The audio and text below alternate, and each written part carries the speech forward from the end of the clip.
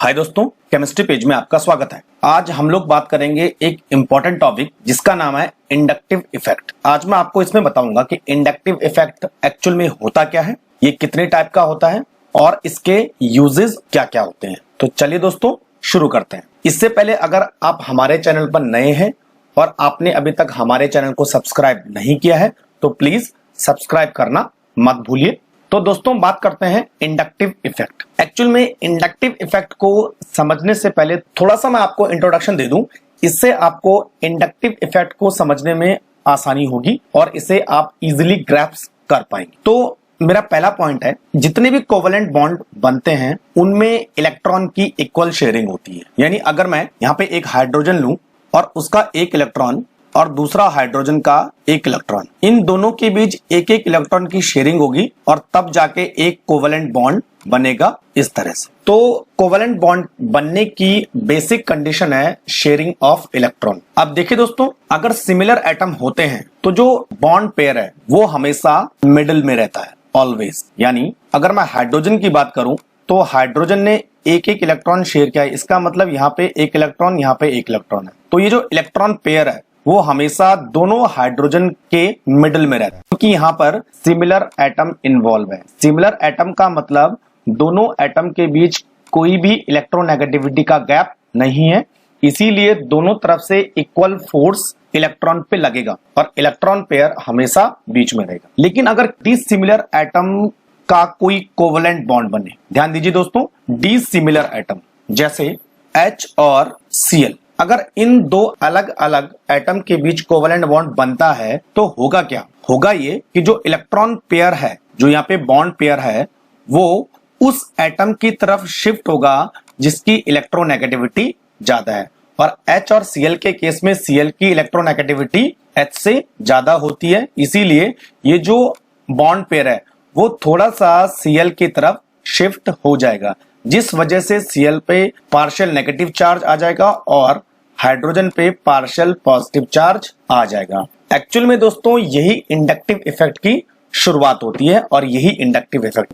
और थोड़ा सा मैं आपको एक्सप्लेन करता हूं। एक्चुअल में अगर मैं इंडक्टिव इफेक्ट की डेफिनेशन आपको दूं तो डेफिनेशन होगी ये, यानी शिफ्टिंग ऑफ इलेक्ट्रॉन। ध्यान दीजिए दोस्तों, shifting of electron in covalent bond from low electronegative atom to high electronegative atom. जैसा मैंने अभी आपको जस्ट एग्जांपल दिया था कि जैसे H और Cl है तो इलेक्ट्रॉन पेयर, कौन सा electron pair? Bond electron pair, जो कि बॉन्ड बनाने में हिस्सा ले रहा है, ये शिफ्ट होता है from lower electronegative atom to higher electronegative atom. इसी इफेक्ट को हम बोलेंगे इंडक्टिव इफेक्ट। दूसरा पॉइंट, इंडक्टिव इफेक्ट में हमेशा सिग्मा इलेक्ट्रॉन की शिफ्टिंग होती है। ध्यान दीजिए दोस्तों, यानी हमेशा इंडक्टिव इफेक्ट वहां पर ऑपरेट होगा जहां पर सिंगल बॉन्डेड होगा, जैसे carbon single bonded carbon, hydrogen single bonded chlorine, fluorine single bonded carbon.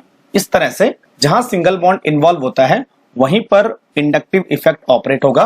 Point number 3, ये एक परमानेंट इफेक्ट होता है, यानी इसके अलावा और सारे इफेक्ट है जैसे इलेक्ट्रोमैग्नेटिक इफेक्ट, वो सारे इफेक्ट टेम्पररी होते हैं। ये एक परमानेंट इफेक्ट है जो कि हमेशा मॉलिक्यूल में प्रेजेंट रहता है। नंबर 4, ये एक इंपॉर्टेंट पॉइंट है, इसका मतलब जो इंडक्टिव इफेक्ट होता है वो डिस्टेंस डिपेंडेंट होता है। यानी अगर डिस्टेंस घटेगी और बढ़ेगी तो इंडक्टिव इफेक्ट भी घटेगा और बढ़ेगा। और मैं आपको ये बता दूं, अगर डिस्टेंस कम होती है तो इंडक्टिव इफेक्ट बढ़ेगा और अगर डिस्टेंस इंक्रीज होती है तो इंडक्टिव इफेक्ट कम होगा। इसका मतलब ये हुआ, अगर मैंने ये 3 कार्बन लिखे हैं और यहां पर मैंने एक इलेक्ट्रोनेगेटिव एटम फ्लोरीन को लगाया है, तो इलेक्ट्रॉन कार्बन से फ्लोरीन की तरफ शिफ्ट होंगे, तो इस पे इफेक्ट ज्यादा होगा और इस सेकंड वाले कार्बन पे इफेक्ट कम हो जाएगा, थर्ड वाले कार्बन पे इफेक्ट सबसे कम होगा। इसका मतलब जैसे जैसे इलेक्ट्रोनेगेटिव एटम से और एटम की डिस्टेंस बढ़ती जाएगी, इंडक्टिव इफेक्ट की वैल्यू या उसका इफेक्ट कम होता जाएगा। और लास्ट पॉइंट है, इंडक्टिव इफेक्ट बेसिकली 2 टाइप का होता है, वो डिपेंड करता है कि किस टाइप का ग्रुप है। इसको मैं आगे एक्सप्लेन करूंगा, तो यानी आपको थोड़ा सा ध्यान रखना है, there are 2 type of inductive effect. तो ये कुछ इंडक्टिव इफेक्ट के इंपॉर्टेंट पॉइंट थे, ये आप नोट कर लीजिए। अब मैं बात करता हूं टाइप्स ऑफ इंडक्टिव इफेक्ट, जो कि लास्ट पॉइंट हमारा था, उसको डिस्कस करना रह गया। देखिए दोस्तों, इंडक्टिव इफेक्ट ग्रुप पे डिपेंड करता है। मोस्टली जितने भी ग्रुप आप जानते हो, चाहे वो फंक्शनल ग्रुप हो चाहे वो किसी और टाइप का ग्रुप हो, दो ही टाइप के इफेक्ट पॉसिबल है, या तो वो इलेक्ट्रॉन डोनेटिंग होगा या वो इलेक्ट्रॉन विड्रॉइंग होगा। तो इसी बेसिस पे इंडक्टिव इफेक्ट को हम दो टाइप से डिवाइड करते हैं। इसको मैं इस तरह एक्सप्लेन करूंगा। हमारे पास एक कोवेलेंट बॉन्ड है इस तरह से, जिसको मैं सिस्टम का नाम दे दूंगा, और इस पे एक ग्रुप अलग से जुड़ा है, तो मैंने पूरी कार्बन चेन को इस ग्रुप से अलग कर दिया है। तो ग्रुप को मैंने अलग नाम दिया और इस पूरी कार्बन चेन को मैंने सिस्टम नाम दे दिया। ये समझ में आ गया होगा। अब देखिए दोस्तों, ये जो ग्रुप है वो इस कार्बन से ज्यादा इलेक्ट्रोनेगेटिव है, मोर इलेक्ट्रोनेगेटिव देन सिस्टम। तो अब होगा क्या, मैंने आपको कहा था electron are shifted from less electronegative atom to more electronegative atom, यानी कार्बन से इलेक्ट्रॉन इस एक्स ग्रुप की तरफ शिफ्ट होंगे इस तरह से, जैसे मैंने आपको एरो का निशान लगा दिया है। तो अब देखिए दोस्तों, इलेक्ट्रॉन शिफ्ट होने से इस एक्स पे पार्शियली नेगेटिव चार्ज आ जाएगा, जबकि इस फर्स्ट वाले कार्बन पे पार्शियली पॉजिटिव चार्ज आ जाएगा। इसी तरह पार्शियली पॉजिटिव चार्ज आ गया तो ये सेकंड वाले कार्बन से इलेक्ट्रॉन फर्स्ट वाले कार्बन की तरफ जाएंगे। अगेन इस कार्बन पे भी कुछ पार्शियल पॉजिटिव चार्ज आ जाएगा, लेकिन वो पार्शियल पॉजिटिव चार्ज फर्स्ट वाले कार्बन के पार्शियल पॉजिटिव चार्ज से कम होगा। जैसे मैंने आपको बताया, डिस्टेंस बढ़ती जाएगी, इंडक्टिव इफेक्ट कम होता जाएगा। तो ये कब हुआ, जब एक्स कार्बन से ज्यादा इलेक्ट्रोनेगेटिव था। अब इस टाइप के इफेक्ट को हम बोलते हैं माइनस आई इफेक्ट। इसका मतलब ये हुआ कि माइनस आई इफेक्ट वो इफेक्ट है जहां पर इलेक्ट्रॉन सिस्टम से ग्रुप की तरफ जाते हैं, यानी इलेक्ट्रॉन का विड्रॉ हो रहा है, ग्रुप इलेक्ट्रॉन को सिस्टम से अपनी तरफ अट्रैक्ट कर रहा है। इसको हम बोलेंगे minus I effect. X will called minus I effecting group. अब हम बात करते हैं दूसरा इफेक्ट। सेम वही हमारे पास सिस्टम है, एक कार्बन चेन से बना हुआ सिस्टम और एक ग्रुप मैंने अलग लगा दिया जिसका नाम है वाई। वाई एक टाइप का ग्रुप है। अब देखिए दोस्तों, जो वाई का नेचर है वो कार्बन से कम इलेक्ट्रोनेगेटिव है, यानी वाई की इलेक्ट्रोनेगेटिविटी इस कार्बन से कम है, जैसा मैंने इधर लिखा है।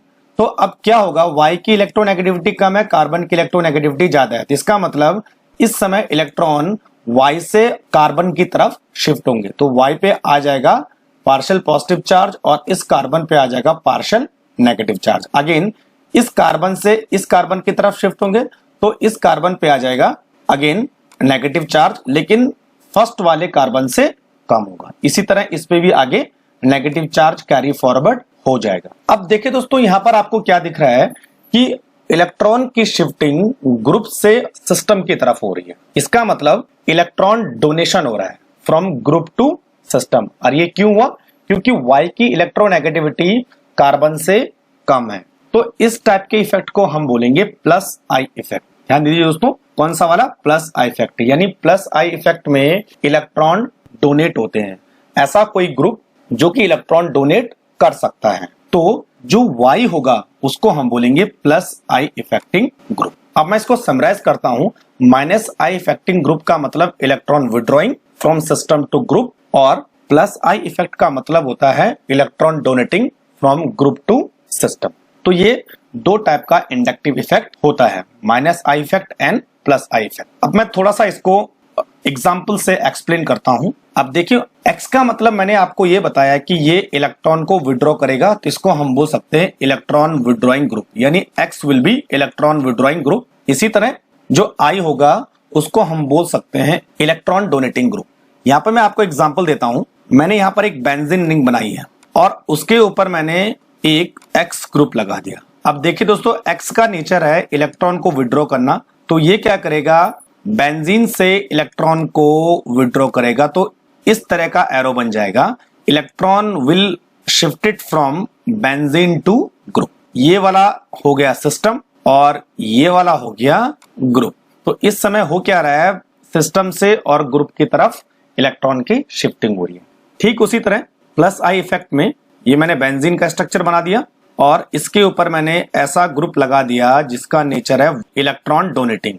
तो होगा क्या, वाई से इलेक्ट्रॉन बेंजीन की तरफ शिफ्ट हो जाएंगे, तो इसको हम बोलेंगे plus I effect. Y is a group, benzene is a system. तो हुआ क्या कि ग्रुप से और सिस्टम की तरफ इलेक्ट्रॉन डोनेट हो रहा है। सीधी सी बात है, -I में इलेक्ट्रॉन विड्रॉ होंगे, +I में इलेक्ट्रॉन डोनेट होंगे। अब मैं बात करता हूं किस टाइप के ग्रुप इलेक्ट्रॉन डोनेटिंग होते हैं और किस टाइप के ग्रुप इलेक्ट्रॉन विड्रॉइंग होते हैं। पहले मैं बात करता हूं -I इफेक्ट यानी इलेक्ट्रॉन विड्रॉइंग ग्रुप, उसके बाद आएगा +I इफेक्ट और इलेक्ट्रॉन डोनेटिंग ग्रुप। अब देखिए, जितने भी ग्रुप, ये मैं आपको एक तरीका बता रहा हूं, जितने भी ग्रुप आप जानते हैं एक्सेप्ट एल्काइल ग्रुप, यानी हम ये बोल सकते हैं कि all functional groups are cause -I effect, जैसे aldehyde group, alcohol group, ketone group, amino group, cyanide group, carboxylic acid group, ये सारे के सारे, इसके अलावा और बहुत सारे ग्रुप है, जितने भी फंक्शनल ग्रुप हैं सारे के सारे -I इफेक्ट शो करेंगे। तो ये याद करने का एक अच्छा तरीका है। दूसरा +I effect group, all alkyl group, जैसे मैंने आपको बता दिया सारे एल्काइल ग्रुप। अब कौन कौन से एल्काइल ग्रुप है?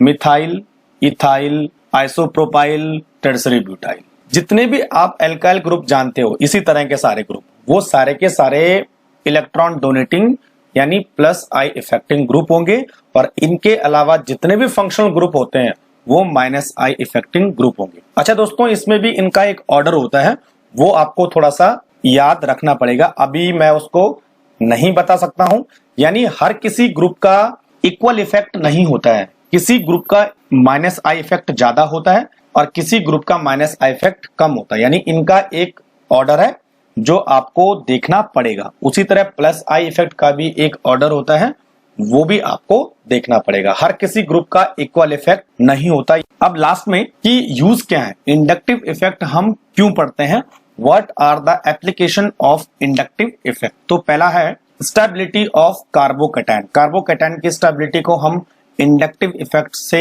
एक्सप्लेन कर सकते हैं। दूसरा स्टेबिलिटी ऑफ कार्बन आयन, इसको भी हम इंडक्टिव इफेक्ट से एक्सप्लेन कर सकते हैं। तीसरा है फ्री रेडिकल की stability, stability of free radicals. चौथा है acidity of carboxylic acid, carboxylic acid की एसिडिटी को हम इंडक्टिव इफेक्ट से एक्सप्लेन कर सकते हैं। और इसी तरह बेसिसिटी ऑफ अमीन्स, इसको भी हम इंडक्टिव इफेक्ट से एक्सप्लेन कर सकते हैं। इन सारे पॉइंट को मैं एक अलग वीडियो में अच्छी तरह से एक्सप्लेन करूंगा कि इंडक्टिव इफेक्ट किस तरह से इन सब की स्टेबिलिटी, एसिडिटी और बेसिसिटी को अफेक्ट करता है। तो ये था दोस्तों इंडक्टिव इफेक्ट। अगर आपको वीडियो पसंद आया है तो इसको शेयर कीजिए, लाइक कीजिए, और आपका अगर कोई क्वेश्चन है तो आप मुझे कमेंट बॉक्स में लिख सकते हैं।